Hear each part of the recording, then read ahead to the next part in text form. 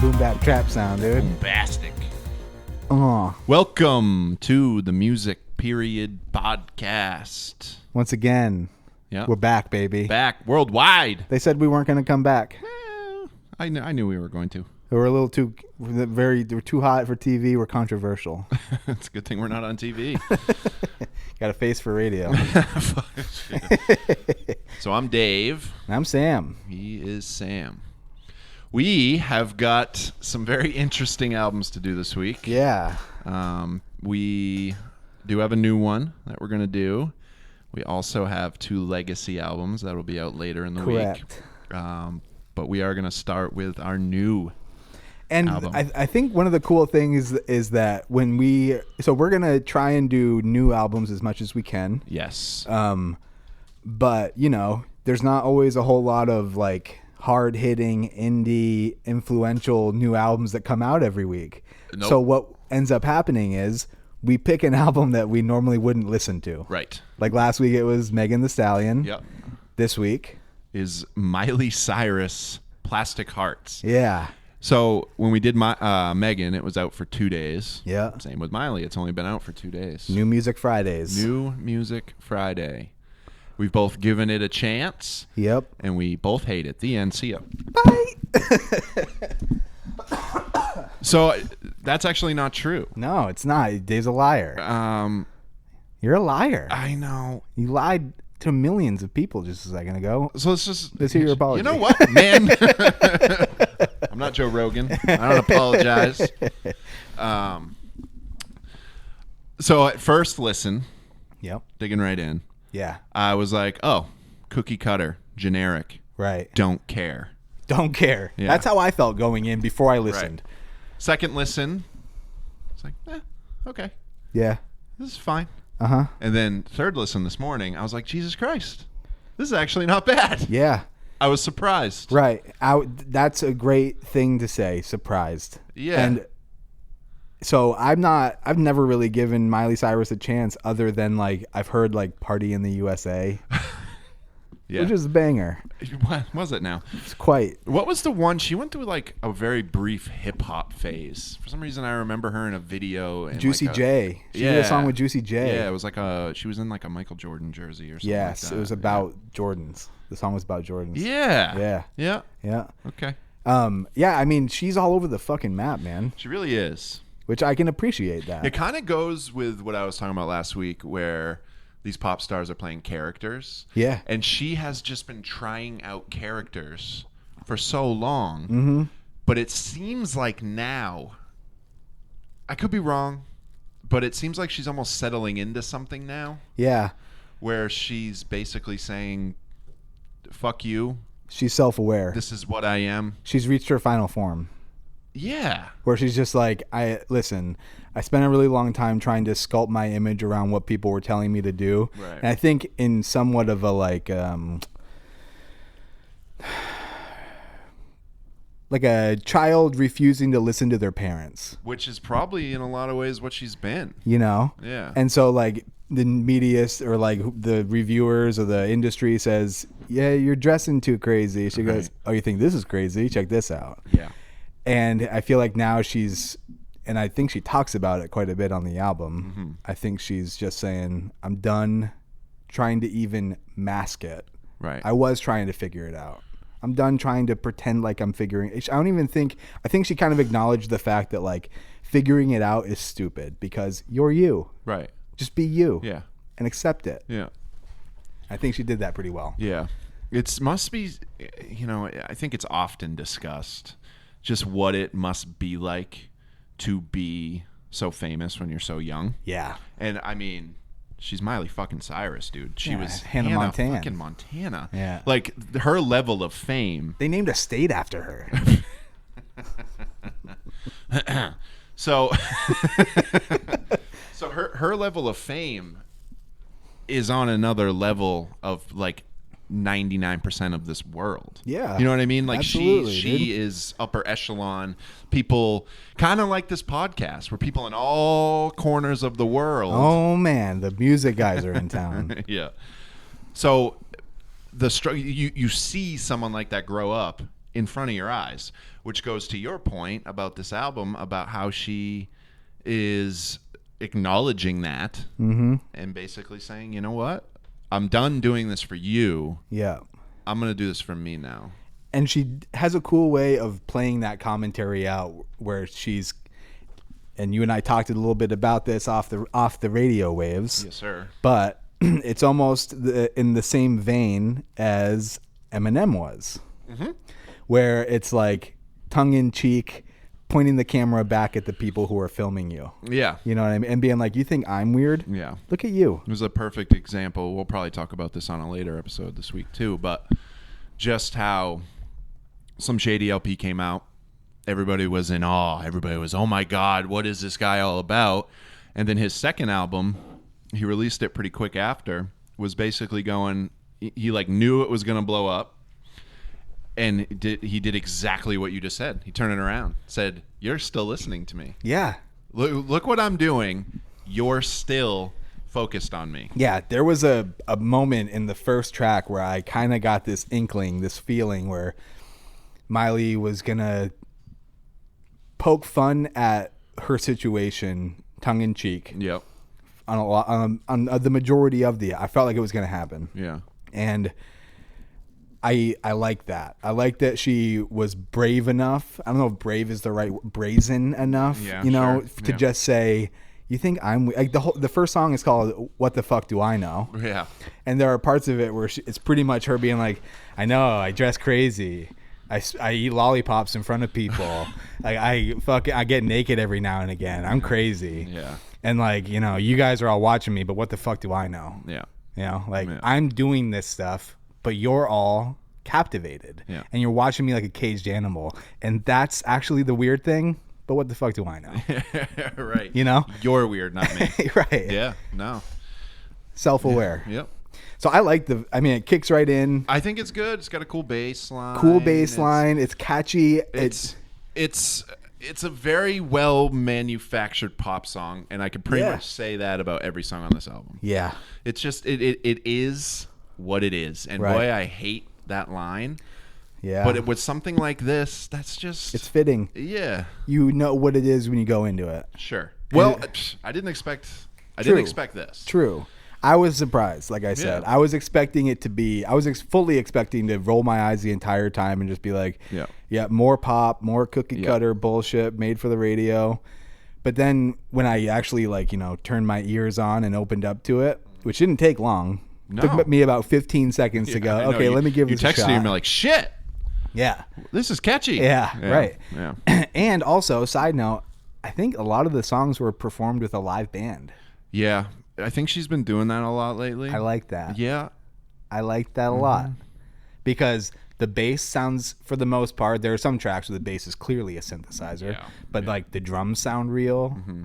It's never doing insane, crazy trap beats on the hi-hat that are impossible to do. Yeah. It's all very playable. Mm-hmm. And then at the end, they do that bonus track of them playing live at the iHeartRadio Festival. Yeah, there's the last 2 are live, I believe. And she's definitely playing with a live band. The Blondie cover, which is fucking wild. Yep. Holy shit. Yeah. What a... she can sing, It's dude. a great showcase for her style, for her voice and her gravelly, been smoking since she was 9 voice. Yeah. I think she was on Rogan a few weeks ago, and I think she talked about the struggles with her vocal cords. Did she push too hard and that's why she sounds like that? Yeah, I think, well, she's also been singing since she was born. Yeah. She came out in the high C above middle E. Right. I mean, she always kind of had that deeper voice than normal. She sounds like for a guy. Girl. Yeah, a little bit. A little bit. Yeah. Like sometimes when she was, there's a song with Billy Idol. Yeah. And I was like, am I going to be able to tell when Billy Idol comes on? That's awesome. But, I mean, I don't know. I wrote, we write notes when we're doing this. Yeah. I didn't last week. I did this week. Because it's hard to keep all your thoughts in line. But, I mean, really, as the more that I do this, it seems to be for the most part, there's a common theme throughout the notes. Yeah. And I was surprised with this one. Yeah. And there was a couple of pieces about the commentary or the the substance of the song that I felt like were deep and kind of cool and kind of hidden. Yeah. And cool metaphors being used. I really like the title track. Not over the top. So the whole thing's got a really good mix and like solid arrangements that have like pieces of, like this is a piece for a songwriter, or this is a piece for an engineer, where like the chord progression takes a weird turn where they add like a seventh or a ninth, or they drop to a different, they move into a different mode or something like that. And it's not so in your face that you're like, Jesus, this person is just jerking off their music abilities. Right. Yeah. But it's also very consumable. Yes. And it just passes kind of by you, but there's a couple people who will reach up and grab it when it goes by, which is fucking super cool. Yeah. My common theme seems to be, going over my notes, says, I like it, don't want to, but I like it. It's, Angels Like You, it's very, dabbles in like a little bit of country. Sounds like it was written by Sia. There's a couple songs where I'm like, if this isn't written by Sia, I don't know what's going on here. The hooks, like we said, it's pop. You sing your verse and then it builds to the hook and it's a little louder. And we have a pop track, baby. Yeah, right. That day a pop song was born. Was very disappointed by the Dua Lipa song. Oh man, because she's really good at catchy songs. She's very enjoyable to listen to, I think, most of the time. And this one, I was like, ooh, Dua Lipa. That's the one I was pumped for, and it just is not very good. No. It was so clearly made to be a radio track. Yeah. It was so blatantly manufactured. Right. As soon as it started, the repetition that it starts with. Right. And then, like, there's so the whole thing kind of has this weird, like, 1980s neon lights, city aesthetic. I said it off air, and I can say this about multiple tracks. The beats sound like they could be on a Weekend album. Right. Yeah, absolutely. Or like it's all the music that was used for it was like cuts that didn't get used for the Drive soundtrack. Okay. But yeah, I wrote for Prisoner. That's the name of the Dua Lipa one, right? Yeah. Right in the beginning, there's this line that is like just implanted so unorganically. It says, I tried to replace it with city lights, and like you can tell that like they're like, say city lights.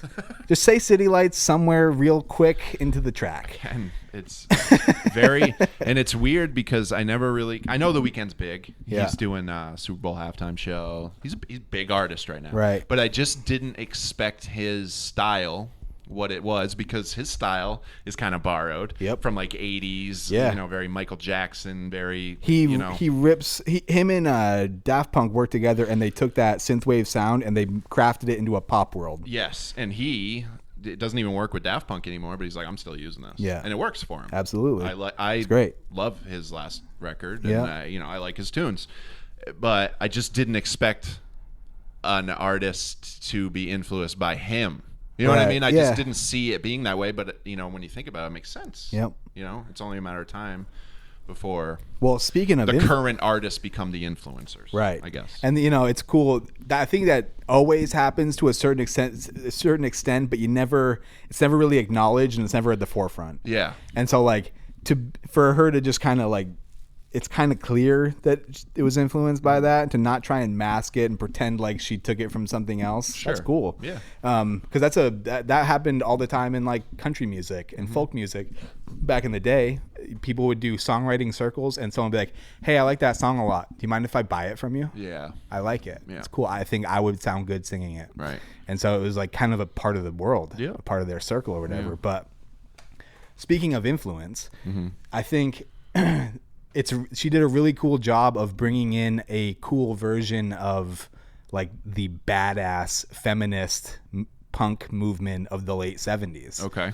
Like, obviously respect the feminist movement, but there's a version of it that's like wearing big fucking boots and being like, I'm not taking shit from anybody. Yeah. And that was the late 70s punk movement. Right. And she's even, even on the album cover, she's got the short, spiky-ish hair with the leather gloves and the chains and the T-shirt that says "censored." Yep. Yeah. It kind of works for her, but definitely heavily influenced by that, and it's clear in her in the way the music sounds. Yep. And in who she has featured. The features on it. Right. And also just the whole aesthetic vibe of it is like, it sounds like, I mean, obviously she covered Blondie, Yeah. but before I even got to that track, I was like, man, it sounds like she's been listening to a lot of Blondie. Yes. Yeah, right. You know what I mean? Yeah. Like when Blondie first came out and there was a couple of like, they almost kind of were going into that rap. They did Rapture. And like some people say that that was like one of the first rap songs to like get top 10 play or something like that. Okay. Which is ridiculous. But they went into that like poppy rap experimental kind of thing. Yeah. And she's doing the same thing where she's taking this like, you know, synth wavy pop style and mixing it with this punk thing. Yeah. This girl driven punk. Right. Which is fucking badass. Yep. It's cool. I like it. I agree. I dug it. But it's weird. You kind of touched on it, so I'm going to bring it up. How it can do that, but then automatically on high. What the fuck? It's a country song. I got hit with a curveball inside of my head at the batter's plate. Right. I didn't like it. No. And I actually liked that song, but it is it's not weird. It is out of place. It's not the song I didn't like. Yeah. It was how out of place it was. Yeah. I was vibing, and then all of a sudden the direction of the album switched. Super There were weird. a couple tracks, and like if you started right there and then you let the rest of the record progress, it works. Yeah. But if you put it in the middle of the record, Right. and we're not listening to a double-sided LP here, Yeah. it just seems like It was pretty strange. yeah, it just felt out of place. The same. It was like, so after Midnight Sky, you've got that whole vibe, the one we've been talking about, and then you get to High and Hate Me, and you're like, So Jesus Christ, what the Midnight hell's Sky going- was right before that. Yeah, That is the most ridiculous switch up. it's fucking weird. You go from the movie Tron to the movie like the one with Brad, what's his name, or the Lady Gaga and Bradley Cooper. The Star is Born? Yeah, you go Star from is fucking Born? Tron Yeah. to A Star is Born. Yeah, it's weird. It's super weird. Yeah, because High, like I said, is country, and there's like some folk aspects in there. Hate Me sounds like it's written by Sia. Very catchy, but very country. It's got slide And then- guitars in it. Yeah, and then it goes right to Bad Karma, Joan Jett. Yeah. It's like, whoa! Why couldn't we just What was that little break? Yeah, why didn't we Yeah. just get those off the record? Yeah. You know what I Save mean? it. Yeah. Yeah. Do a fucking 10-inch, Yeah. a 7-inch. Yeah. We Those release are these good. two B-sides. It's almost like these songs are too good to not use. put on. Yeah. But where do we put them? right. You know, and Yeah. and as the artist or as the people behind the scenes making this, it probably makes sense to them. But as a listener, it was a little like Jarring. Yeah, it was definitely jarring very for me. It strange, took me out of the record. yeah. And then I had to fight to get back into it for the rest of the album. Okay. All right. But by the time, so you have those two tracks that kind of have a country break, and then I wasn't paying attention to the track list as it was scrolling by, and then when that song with Joan Jett and the Blackhearts came up, I was like, this sounds like a B-side to a Joan Jett, modern Joan Jett song. Right, yeah. And then all of a sudden it was. Yeah.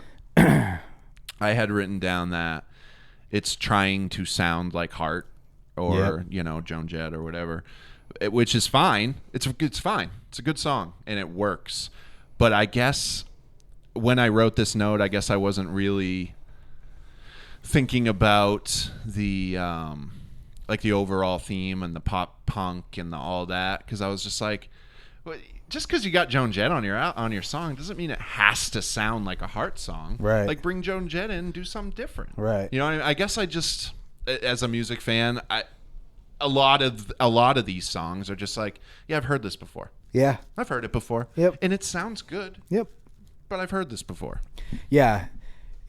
I will say that, like, for the feature, at least those two features, Billy Idol and Joan Jett, it feels like she was like, I want them to write a song on my album. Yeah. Which I like. I want my version of White Wedding. Right. And I want my version of whatever. And because like Billy Idol's verse on his track, it's good. Yeah. And there's a part where his voice gets really low. Yep. And I was like, this is Billy Idol. Yeah, it's for cool, sure. man. Yeah. And then the other one sounds like she was like, hey, I want the Blackhearts to be on my album. Do you want to write something for it? And then she let him. Yeah. And then, which is great. right. Which is great. Yep. She's obviously making this album because she's influenced by these artists. Yep. So she's like, they're going to fit in with She's the at a point vibe where I'm she going can. for. And Yeah. she's like, let's do this. Yeah. Yeah, it makes sense. So after that, though, a song called Never Be Me, I did not like that one. No? No. I wrote that. I thought Sia wrote that one too. Generic, catchy. Yeah, I wrote to build up to a hook formula, works but been done before. Right. Yeah. I said not my favorite. Kind of tragic though, because and once again, these last two tracks, I'm not gonna say I didn't like the songs. I just the way that they were delivered didn't hit me right. Yeah. But it was just on the nose. Yeah. You know, and like. It was tragic. She's saying like all these. It's almost like you want to like shake her by the shoulders and be like, you're okay. You're right. Things are okay, because she's saying things like, "I can't be faithful. I'm not gonna ever be good enough for you." Yeah. And like, if you expect that from me, you might as well just leave now. Right. Which is you can't beat yourself up and say those things about yourself. Right. But then you got to look at it as she's making an album, and that's how she felt in that moment. Yeah. You know. Right. Yeah. Because you gotta expect you gotta respect and appreciate. Right. Like, I'm sure she doesn't feel like that all the time. Yeah. She just, when she really stops to think about it, and she wrote this song, and that's where it went. That's where her brain went. Yeah. You know. And then it moves into Golden G-String, which I saw the name and I go, I'm not gonna like this one. Yeah. Not gonna like this one a lot. Yeah. And I did like it. It was No, it's cool. It's very reflective. Yeah. Turned her grime off. Like, her gravel went away. Yeah. In that song. She's got she has the control to be able to do that, apparently. Which is nuts. Because when I couldn't tell if it was like taken out, right, or if she was doing it herself. That's vocal control. Yeah. And that's one thing I was thinking about quite a bit while I was listening to this is there's a lot of singers right now that like people will be like, "Oh, this person's a really great singer. They sound different." Yeah. But in reality, all it is they're not singing properly and they have no projection. Okay. And so like you know that song Dance Monkey? No. Maybe, but I can't place it right now. It's a really nasally singer. I can't remember her name, but it's a complete head voice. Okay. And head voice is where you start in your music progression. Because it's easy to control your note when your voice is so thin. Okay. And then once you start to get a little bit better, you move down into your throat. Yeah. But even so you're singing like this, and it's like, it's really easy to control those small notes. Mm-hmm. And then when you move down into a more projected throat voice, that thing gets bigger. So you have the things around it that control the stability of the note, they have to get stronger. I see. And then when you move down into your diaphragm, which is where like a really good singer goes from with their projection, you have to get like training to do that. And she has it. For sure. She's able to do that shit. Dude. She's All been doing it for so long. Yeah. How old is Miley? I don't know. But I felt like that last track, that Golden G-String, I said... She's 28. Really? She's been doing this for like 20 years. Jesus. How crazy is that? That's wild. Yeah. Wow. That's so much longer than like some of the most influential bands in history. Yeah. That's crazy. Yeah. Like people do their like 10th anniversary reunion tours. Right. You know? She's like, yeah, it's just my birthday. I'm doing that anniversary tour. She's like, I did that when I was 10. Right.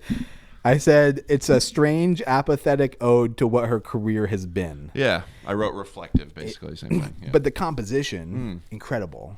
Has these really cool, almost like, I won't say Beatles-esque, but the pop tools that they use in the composition. I reference things to the Beatles quite a bit. I reference things to hip hop all the time. And sports. Sorry.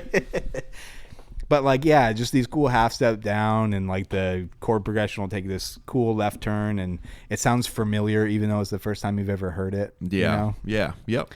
But the thing I didn't like about it is that I felt like she could have done better with the metaphor. It's all so on the nose the whole time. That's kind of... There are some pretty good uses of metaphors on this album, definitely. But she does have the tendency to be a little on the nose. Yeah, and it comes off cheesy.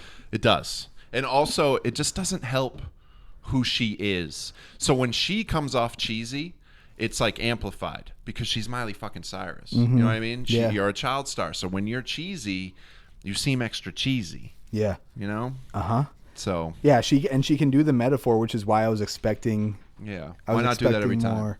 Yeah. I mean, in that song Midnight City, there's this one line, "Fire in my lungs can't bite the devil on my tongue.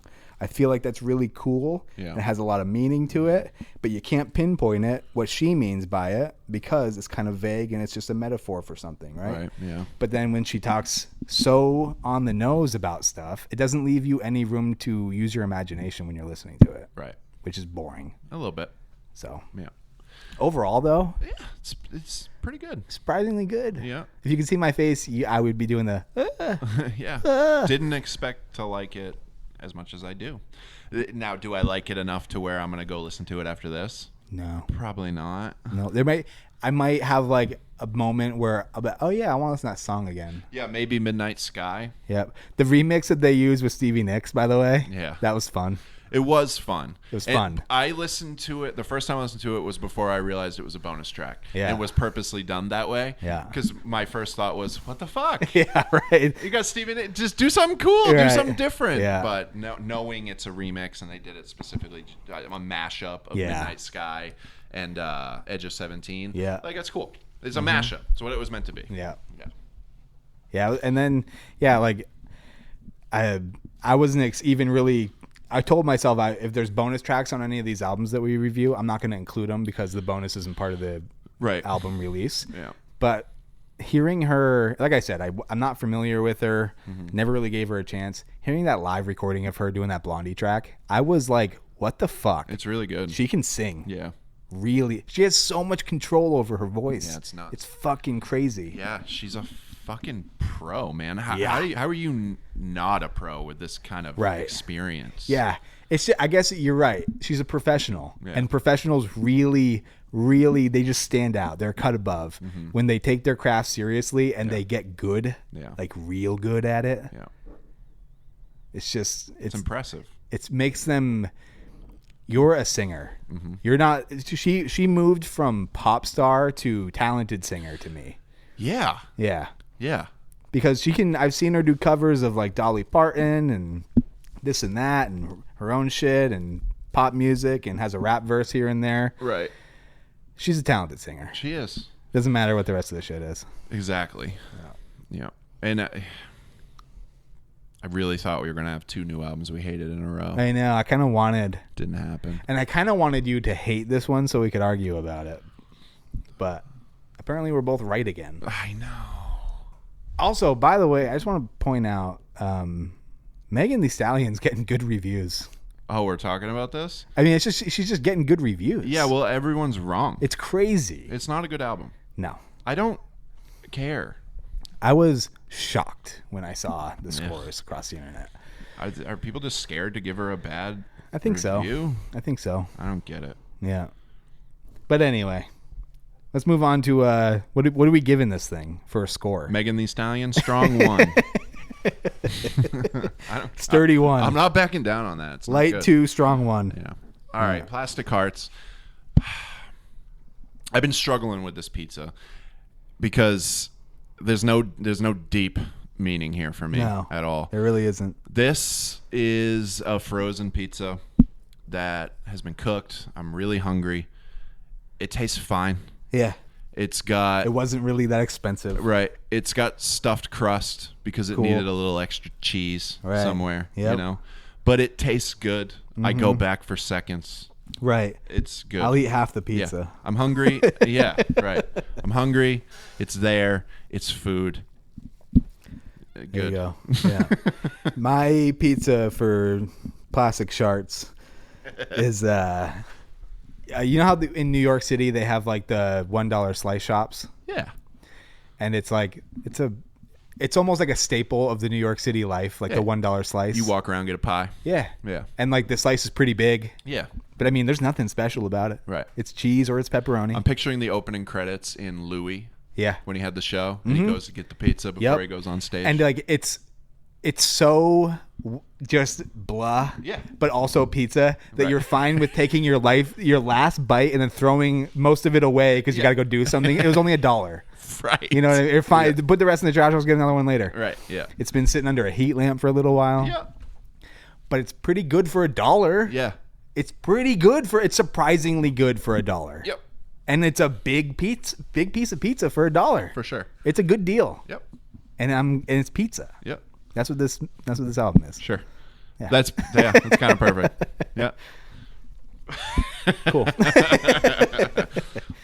All right. Well, that was Miley Cyrus, Plastic Hearts. Plastic Sharts. We are coming back with my legacy album for Sam. Is going to be Outcast Aquemini. Aquafina? Aquaman. Aquemini. We might fight on this one. And Sam's legacy album for me was Dawes. Nothing is Wrong. Yes. That one's... We're going to save that one for last. Cool. No, we're doing that one second. Do that one second. Who cares? Who cares? You'll be there. You'll listen. You'll hear find us on Instagram, music.podcast.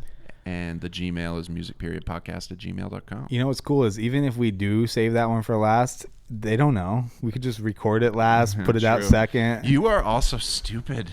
You have no idea what we're doing. Fucking sheep, dude. Holy. I can just tell you, I'm 8 feet tall, by the way. Oh, man. Yeah. I'm 1 foot tall. I've only ever dunked a basketball. That's the only thing you've ever done? I mean, I'm this big. Yeah. What's the point of doing anything So else? you have no outside touch? You can't even shoot? Dude, I can pretty much dunk it from the 3-point line.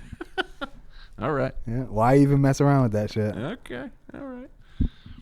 All right. Okay. Plastic Hearts. Go listen to it. Give it a listen or two. Tell us what you think. Yeah.